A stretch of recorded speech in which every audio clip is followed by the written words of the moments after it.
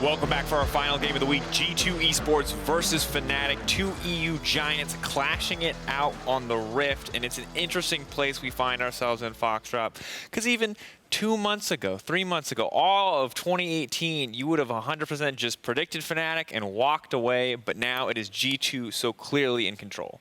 Yeah, with the EU LCS becoming the LEC, we seem to have left behind Fnatic as the kings, and now it's old kings, new kings, Dynasty Legacy. G2 are in the driving seat this year.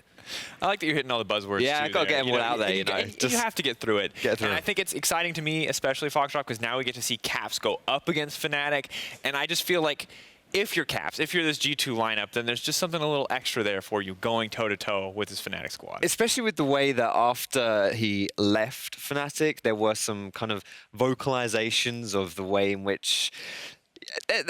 I don't want to say bad blood, that might be a bit extreme, but you know, whenever you're a player like Caps, who is arguably one of the best players that EU's ever seen, and you jump ship from one big franchise to the other, there's going to be some tensions left over.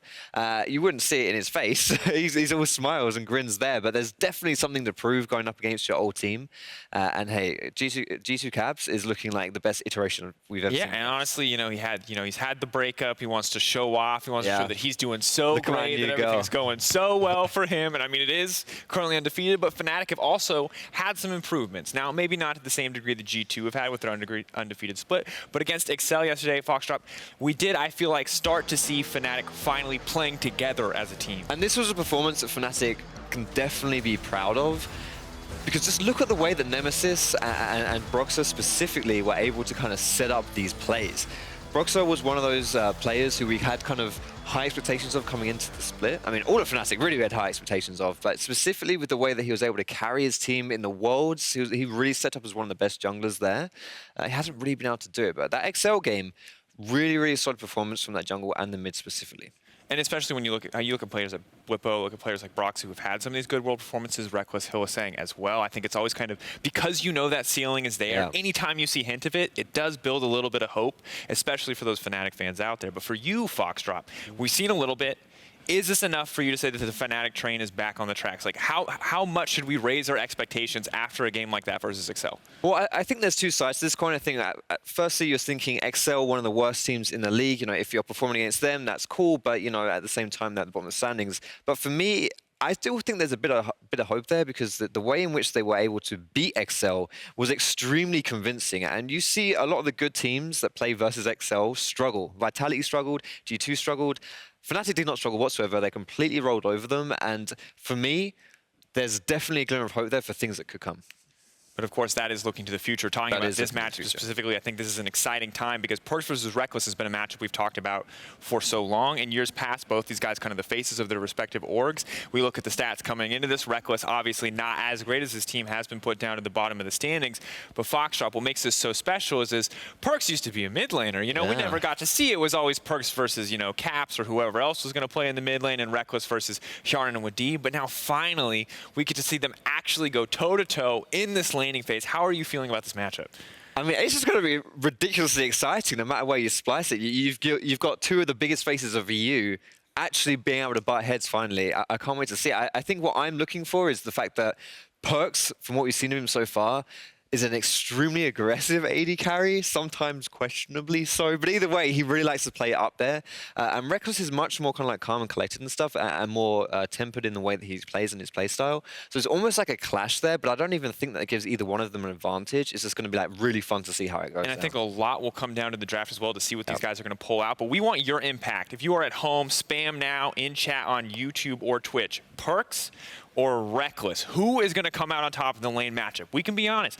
G2 very much favored in the overall game, but in the bot lane, that is where I feel like the most pride has been bet by both of these guys. Perkz, the guy who was swapped down, has been playing AD carry for a few months, versus Rekkles, arguably the most successful AD carry in the history of Europe.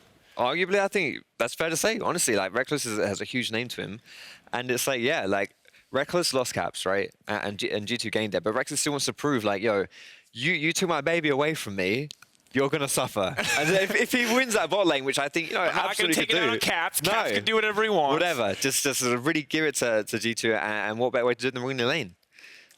Is that actually how it is? Is it legitimately a 50-50? I feel like we have to give it a few more seconds. Perkz is slowly 51. winning. To be fair, I don't know if this is on camera, but Rekkles was winning for a few moments there. It was like 53. Oh, wow. This is so contentious coming out.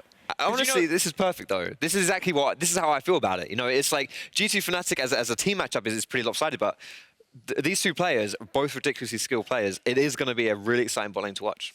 What do you think is ultimately going to be the make or break factor? How much of this is like picks and bans versus... Yeah. I mean, I'm going to assume that let's not take junglers into... I just want to see 2v2. Junglers suck. Screw junglers. Yeah, get junglers out of here. Talk to me, 2v2. Do you feel like, is there any one pick do you think get decided or define it? I mean, I want to see something more aggressive go down. Like, the Lucian is always 100% pick ban, so we'll see whether that is able to slip through. But, you know, anything goes really in that bottom. Absolutely. Well, we're going to find out now as we gear up for the first clash of kings here in the LEC Spring Split. Let's get some important advice from our on-call doctor. Super team, franchise player, kings, dynasty, legacy. These are words that can cause a drastic impact on the ones we love. 1 out of every 5 teams in the LEC suffers from narrativitis. Now, the symptoms of narrativitis include anger, pettiness, overexcitability, and of course, the most important symptom of all, the desire to analyze from an armchair. And the primary concern with narrativitis is, of course, that it's hereditary. But worry, no more. There is hope. A new oral therapy that treats the causes of narrativitis at its source, Analysium.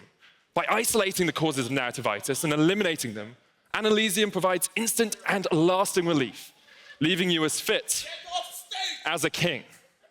Avoid contact with your heads, shoulders, knees, and toes. And if you or a loved one has been affected by narrativitis, talk to a doctor today. Terms and conditions may apply. The LEC takes no responsibility for cases of narrativitis caused by overexposure to memes, jokes, or quips. Take only on a full stomach, effective in 5 out of 7 cases. Foxdrop Industry certified. Kings, Legacy, Dynasty, Rekkles. Hello, Reddit. Take my money, I want to order a dozen. Congratulations, Medic, thank you for that insight. A dozen? Yeah, I don't know what it is. I don't know if it's a liquid, if it's pills, like, I mean, I don't know, it's like, how am I gonna, anyway, shall we move on?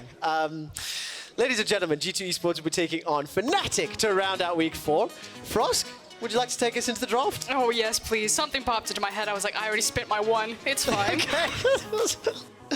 What would you like to see G2 banning? Okay, so I have a lot of questions heading into this draft. The first one is actually going to focus in on Fnatic. Now, G2 on blue side, on any side, is going to be terrifying. I'm wondering if they're going to ban the Sylas or if we'll finally see that one slip through and what Caps specifically can do on that champion. But for Fnatic, they haven't really fit in this meta. They've been going towards a lot of those crit ADCs. They've grabbed the Lucian a couple of times, haven't found a lot of success. So I'm curious if Fnatic have kind of been saving, if they're gonna feel a little bit better, maybe go towards the Ezreal or something that's a bit more mainstream as they look down giants in G2. Okay, let's find out as the draft plays out. And of course, the gigantic question, the man on your screen right now, Caps.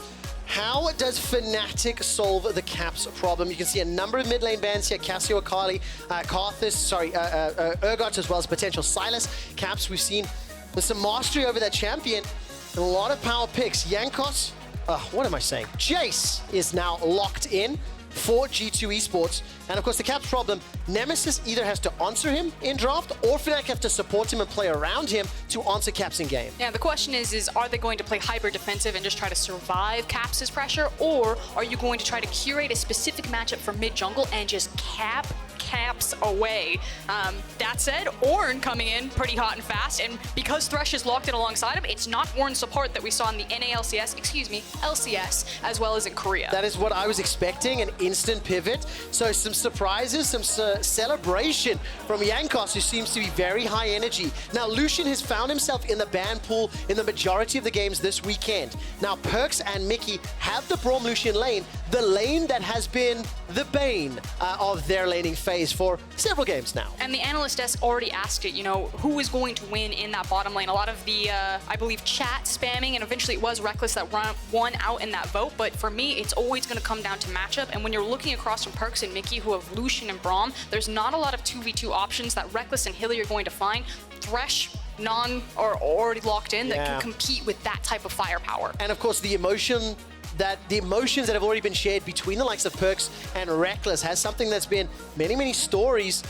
And the looks of the faces, Fnatic pretty serious and stern, G2 pretty jovial and celebratory. We're into phase 2 bans, Camille and Kai'Sa removed. I do like the fact that they prioritized the Lissandra. I think that she keeps falling a little bit too low in priority. And again, getting Nemesis a champion that not only has wave clear, that has roam, but also has the ability on her kit to survive all-in potential. So I feel like this is the perfect champion to either survive or control or at least follow caps for Nemesis. But that does mean that they give away the Kai'Sa. And so now I'm like, what does Rekkles actually reach for in his ADC champion pool to at least survive Lucian Braum? And of course, what is Caps going to be running into that Lissandra as well? I mean, is it going to be the Jayce? It's possible, of course.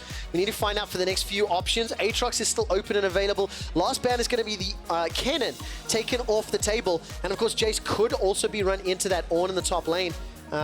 It's something that Bwipo has played many times in the past and done very well on. And now Rekkles will find out what is the answer. What jungler? What AD carry will be secured for Fnatic? I like the fact that it's the Kennen ban because it feels like it's specifically targeted at Rekkles. The fact that you already have Ornn and Lissandra locked in from Fnatic. Yeah. So G2. I mean, good point. Oh, okay.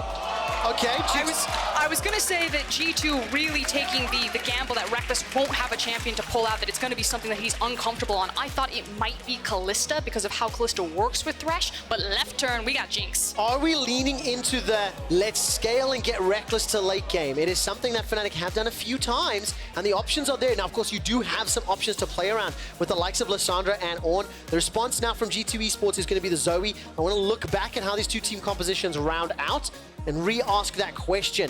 It feels like a lot of early to mid-game power, especially with Zoe, Jayce, Olaf now completing the G2 roster.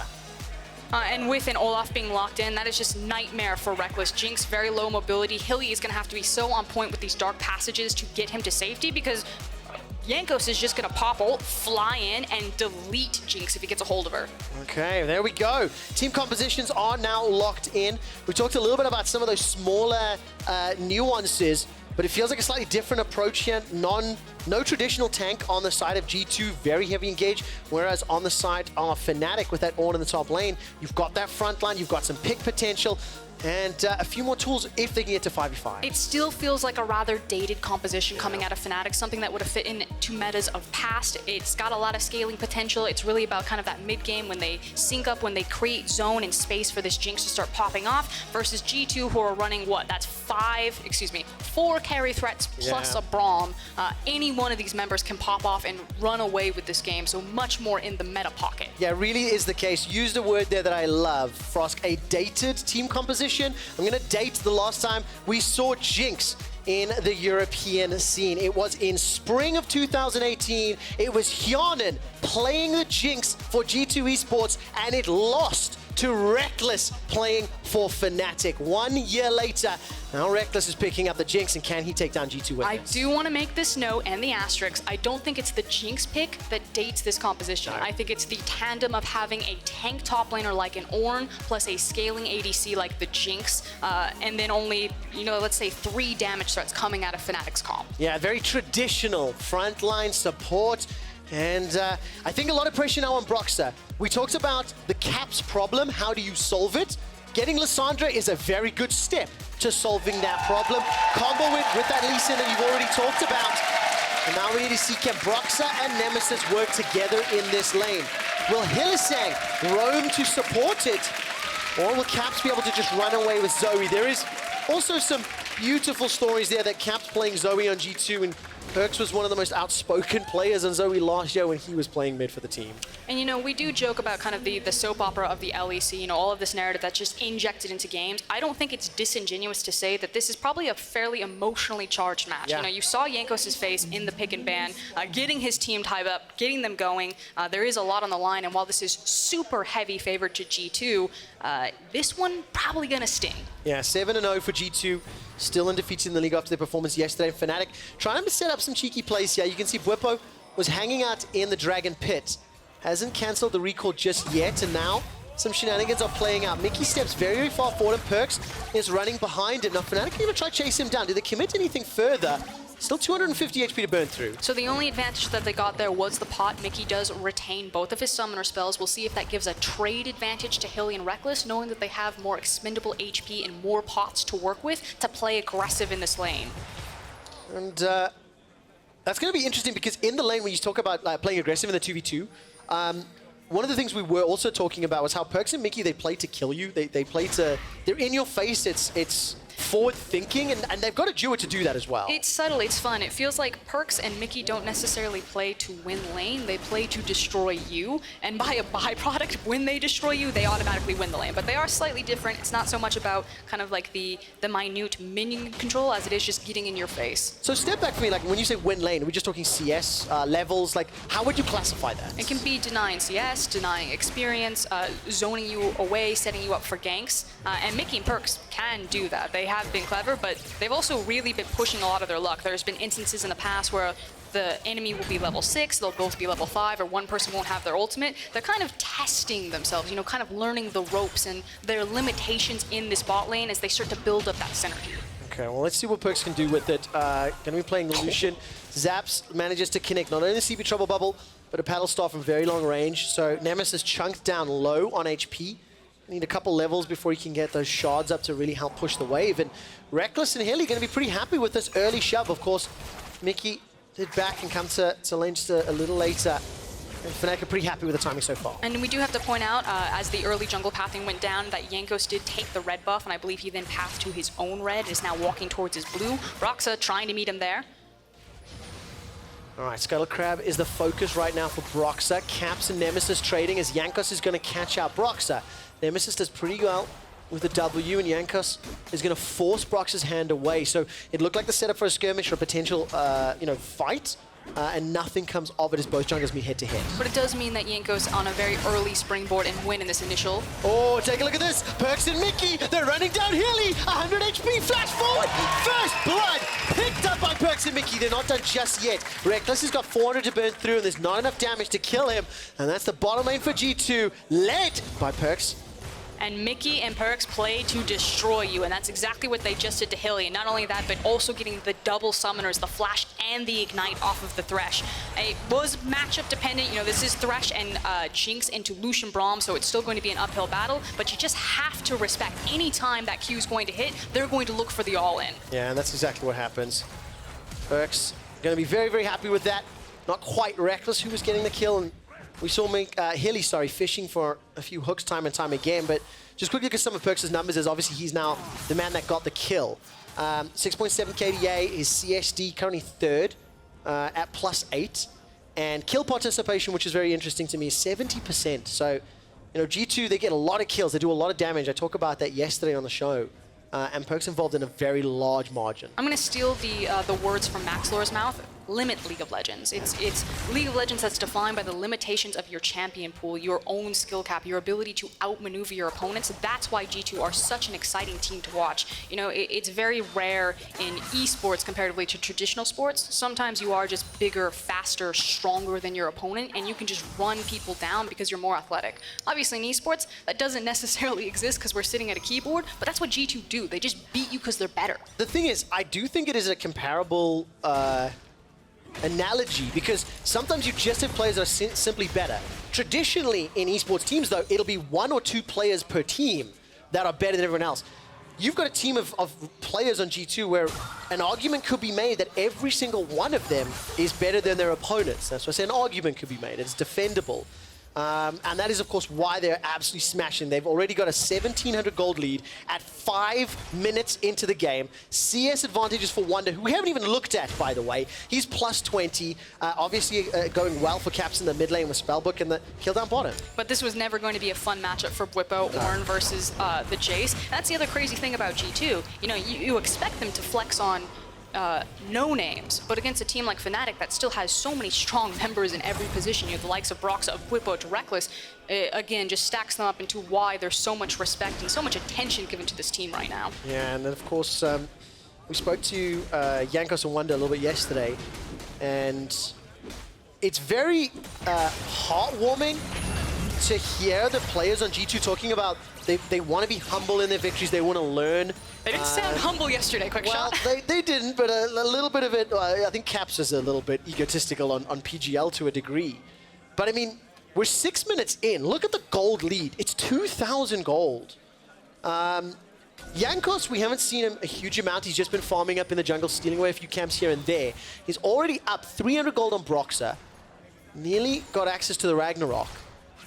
And it's a beautiful thing to watch for G2, who again were very, very heavy favorites in this matchup, playing what feels like a very meta composition, and it's up to Fnatic to try prove they can, stand toe-to-toe. And while this gold lead is sizable, you do expect this kind of in this power window that G2 would take control of the game. This is what their composition is drafted for. It's now, what does Fnatic do with their comp? And for me, it really does hone in on Nemesis. And it's unfortunate that he's versus someone like Caps, and it's just getting blasted right now. But this is supposed to be about the Lissandra and the Lee in the early game, locking someone up with Frozen Tomb, and then using the burst damage of the jungler. And if they don't get that going, nothing will happen for Fnatic, at least in early. I agree with that, and I think it's crucial to note that while he's being bullied right now, up until that last wave, Nemesis was about 10 CS down. Hilly's going to get stunned up. He's got no flash available. There's an engage in the top lane. It is Broxah. Look at the knockup. Wunder's flash doesn't carry far enough. And it is very clear who Berlin is cheering for. Fnatic pick up a first kill of the game. Hilly is going to concede his life. Not going to be able to do more than that. Another kill to G2 as well as a tower. Jankos is Ragnarocking now on top of Rekkles' head. Flame Chompers will simply not be enough. And there's no Super Mega Death Rocket. Double kill for Perkz. Rekkles holding his flash, knowing that he was dead either way, so maintains his summoner. But it was quickly responded by G2, and so many more members pressuring on the bottom side. So looking at the top side, Wunder very far extended forward. Good read from Broxah to recognize, okay, it's still early in this game. You're still squishy. We can find the kill here. Bwipo connects the ultimate, but there's always a response from G2. Yeah, G2 able to put pressure. The wave was being pushed up. I mean, Perkz and Mikyx have been setting that for a fair couple of waves. They were really playing very far forward, pushing it down. And obviously Rekkles being very intelligent to hold on to his flash. It just allows him to play a little bit more forward in the next engage. And again, it's the difference. It's not just one kill. Fnatic get one, G2 get two. Fnatic don't have the wave pushed into the tower because they had to chase Jayce through it. G2 have the wave already pressed into the tower, so still getting more and trading up across map. All right, so G2 Esports, they extend that gold lead. I still am just staggered. 3,000 gold, as well as an Infernal Drake. Very fast. It is. And just before we got into the exchanges, you were talking about Nemesis trying to go toe-to-toe and being blasted HP-wise by Caps' Zoe, but it's only an 8 CS difference. This is a good sign on a pick that can help Fnatic if they ever get to play proactive. Their sentence will pull Mikyx near the tower, but not far enough. And you can just see how Perkz and Mikyx are using the strength of this duo lane to really, really put Rekkles and Hilly under the tower. And unfortunately, without Nemesis and Bwipo's access to teleport, there's just no help coming for Hilly and Rekkles. Big level disadvantage, 7 and 6. Hilly still doesn't have access to his ultimate.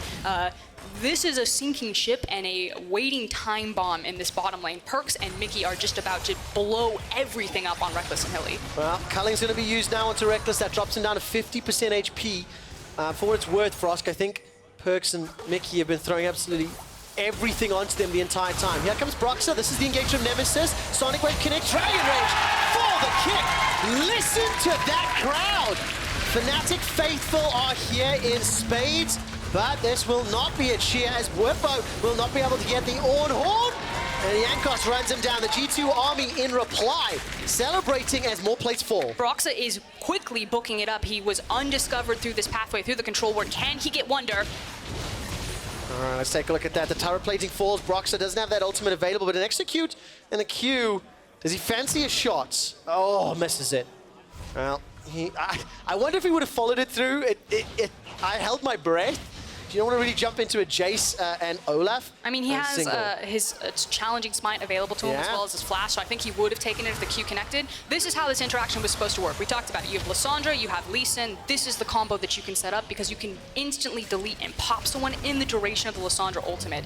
That said, there's always a response from G2. Yeah. This is a top team, so they never just give away something for free. Also, it's slightly faster to respond and set up a follow-up play when every single one of your lanes is playing forward, every single one of your lanes is like in a position where they can get tower damage, they can get plates. Look, 2 plates secured for G2 in the top, 1 in the middle and 2 in the bottom lane, which is why they're just significantly further ahead. And I do want to quickly point out this vision while our observers are looking at it. Mikyx has been placing this because, again, Perkz and Mikyx are playing so aggressive, abusing the Lucian Braum, and Mikyx's making sure that he's constantly getting this giant net around the bot lane, so they have the information and the freedom to just flex here. Yeah, that's exactly why G2 are just playing so aggressive, so fast. And look at the items already.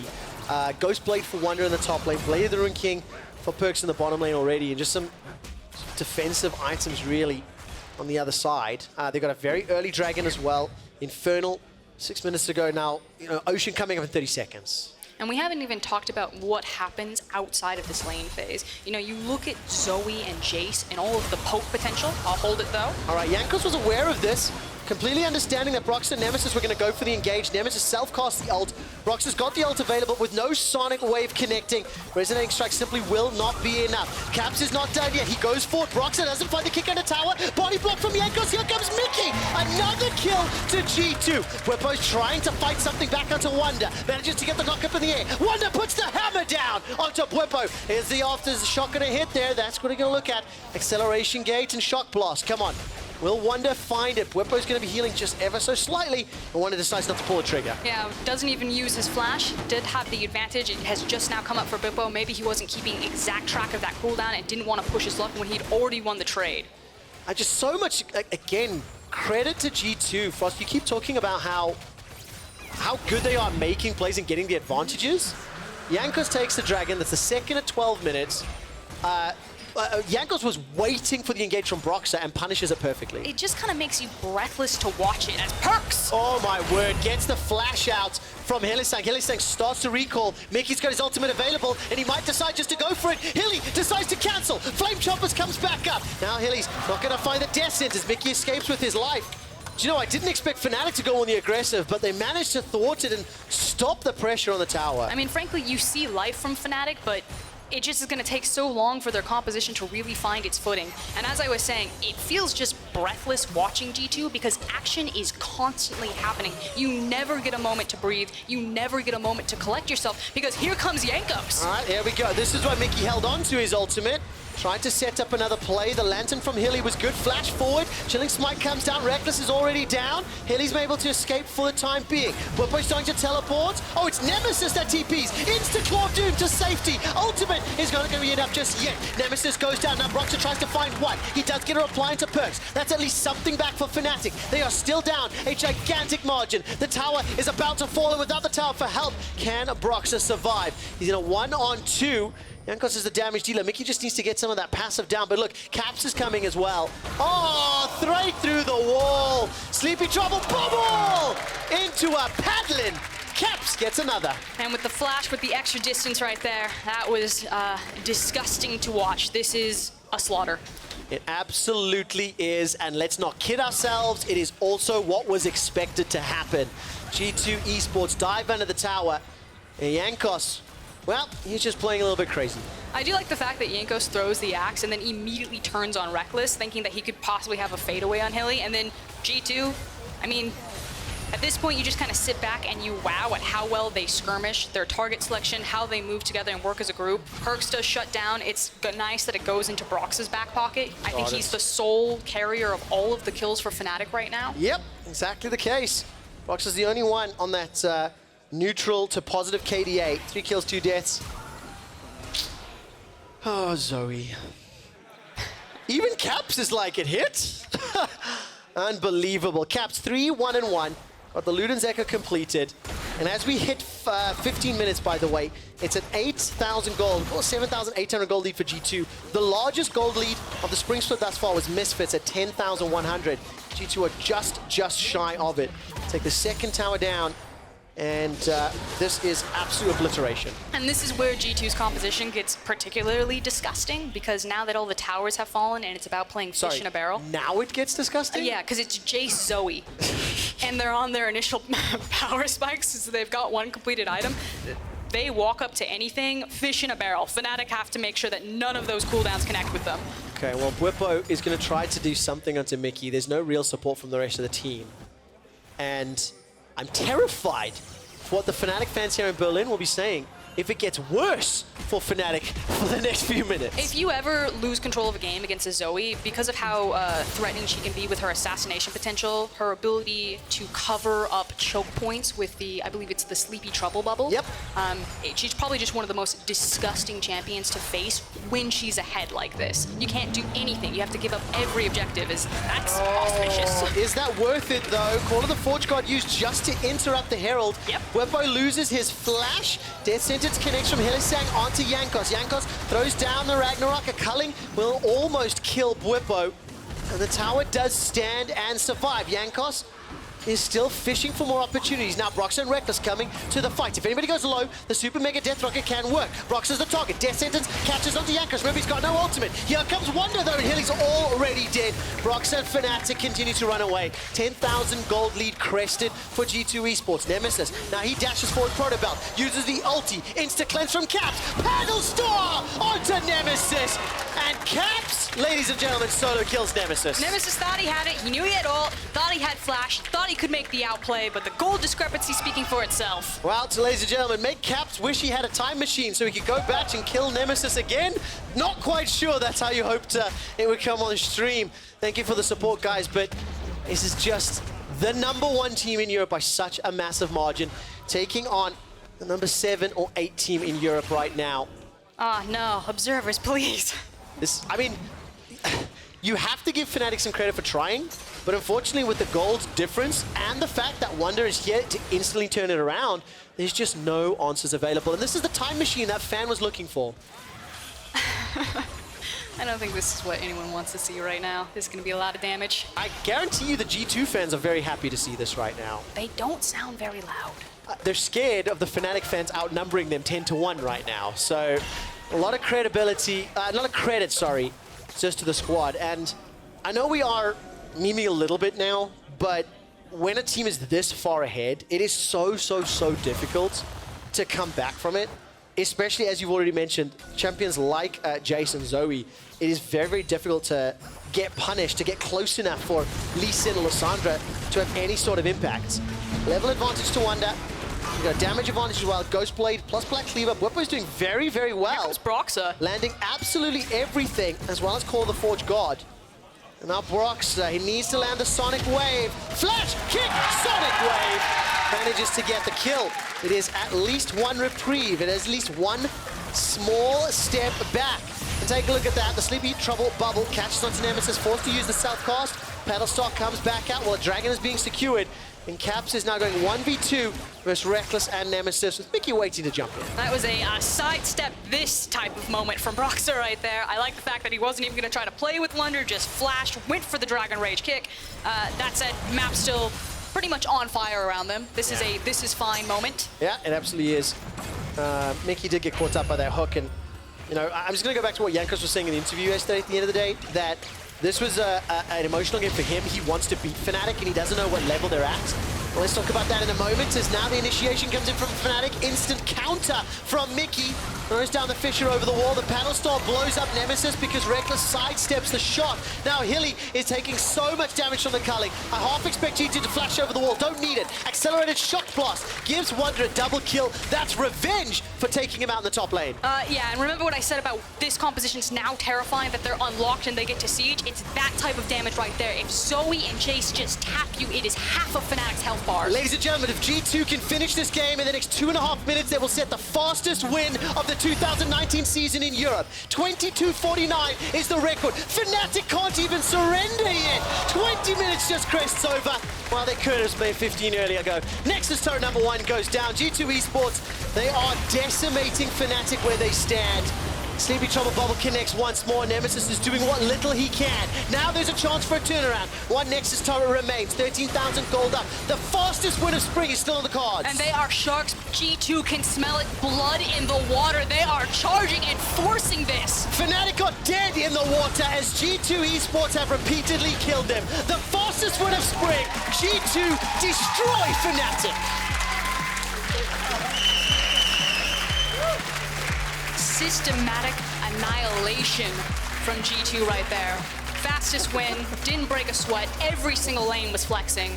I mean, I don't really like this term personally, but it looked like G2 was smurfing. Every single lane, every single player, every single decision, Jankos was where he needed to be. Lucian, Braum, Frost, you talked about the duo, just the champions alone, advantageous into Jinx, Thresh, and Perkz and Mikyx pulled it off. So many times you'll see teams in drafts say like, we understand how this early game is going to go. We can give away these power picks because we think that we can staunch the bleeding long enough that we'll be able to make some sort of counterplay, that our time will come when we can execute on our composition. It is such a risky call to attempt that against a team like G2. Yeah, it absolutely is. And you know, one of the things that we didn't necessarily talk a whole lot about at the beginning or expand on, we didn't get time to, but what is Fnatic's read on the meta? What is Fnatic's decision making? This is the last week of 9.2. We will be going to 9.3 next week. So, you know, crits, 80 carries potentially coming back, maybe helping out, maybe changing things. But this old school comp, you know, traditional tank up top, it did not work. And it hasn't been helping Fnatic, who end week 4 with a 3-5. Correction, 2-6. 2-6 win-loss. I mean, if you're gonna pull any silver lining here for Fnatic and Fnatic fans, it's that no one expected them to win this match. I think Fnatic probably didn't expect to win this match, and so they're looking ahead at kind of the refresh of the next round robin. Fnatic have made improvements, you know, picking up wins. It's pretty easy when you're at the bottom to continue to rise and to climb. So now the question is, you know, against someone who isn't G2, what does Fnatic look like? There is one thing. We will be joined, by the way, by Perkz and Mikyx in the LEC post-game lobby while they're heading over. I do have one thing I'd like to just point out really quickly. Yes, G2 just smashed Fnatic. Again, this was the expected result. This is what we thought was going to happen in terms of the match. The win time is 20 minutes, 35 seconds. It is the fastest win in European history since the beginning of the EU LCS. This currently looks to be the most dominant European team we've seen. They are 8-0.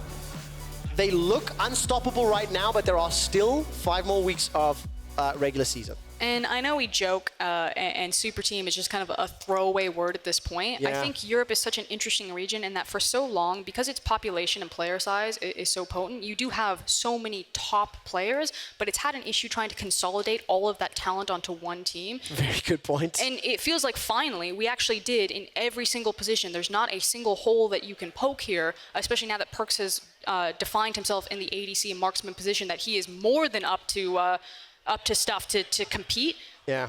I mean, this is it. The truth is, Perkz is a fantastic AD carry, and we really have to nitpick. Like, we really have to nitpick to find a decision-making mistake from time to time.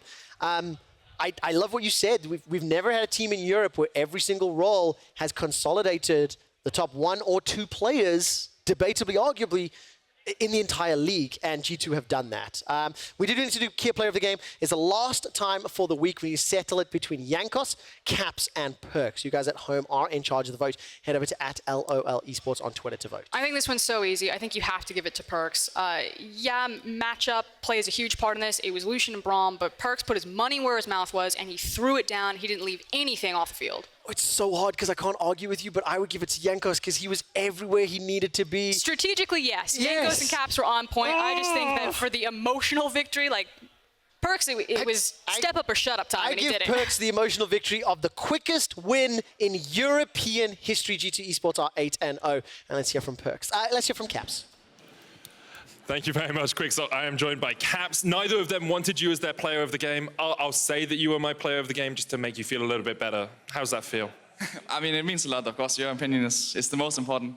But you hear that, Quickshot? But I think it's fair. I feel like I got carried this game pretty hard. Obviously, Jankos was kind of like all over the map, and also my bot was doing really well. I mean, honestly, just everyone was doing really well. And I even died in the early game, but we were still like really winning. So it was like, it was a good feeling, you know. And I'm happy with how they performed, everyone.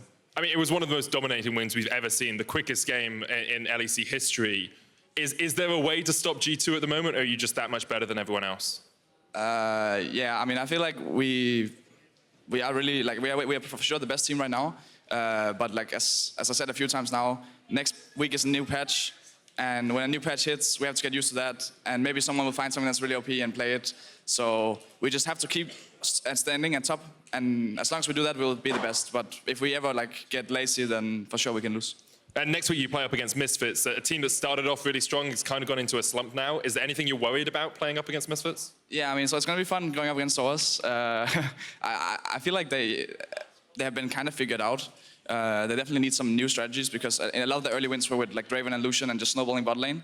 But now that people are banning them out, they're kind of lacking an identity. So, so yeah, it's going to be fun to see if they adapt.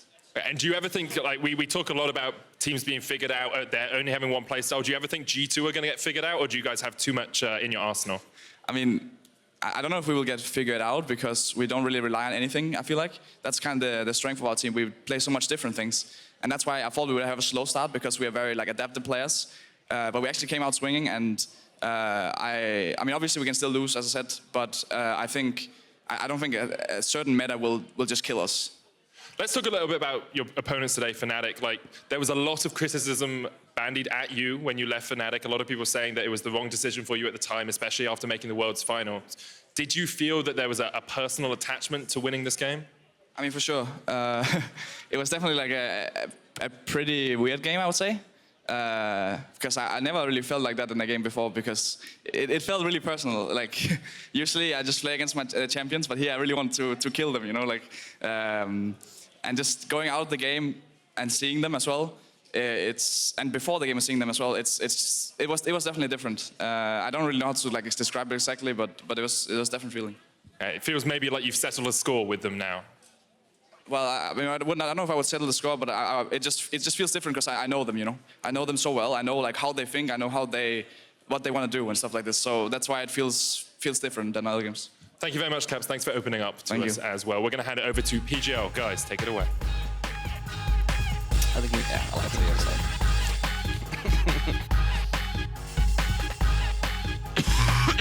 Welcome to the LEC post-game lobby after week 4 of the Spring Split. I'm Drakos, joined by G2's Perkz and Mikyx. Mikyx, yeah, I want to welcome you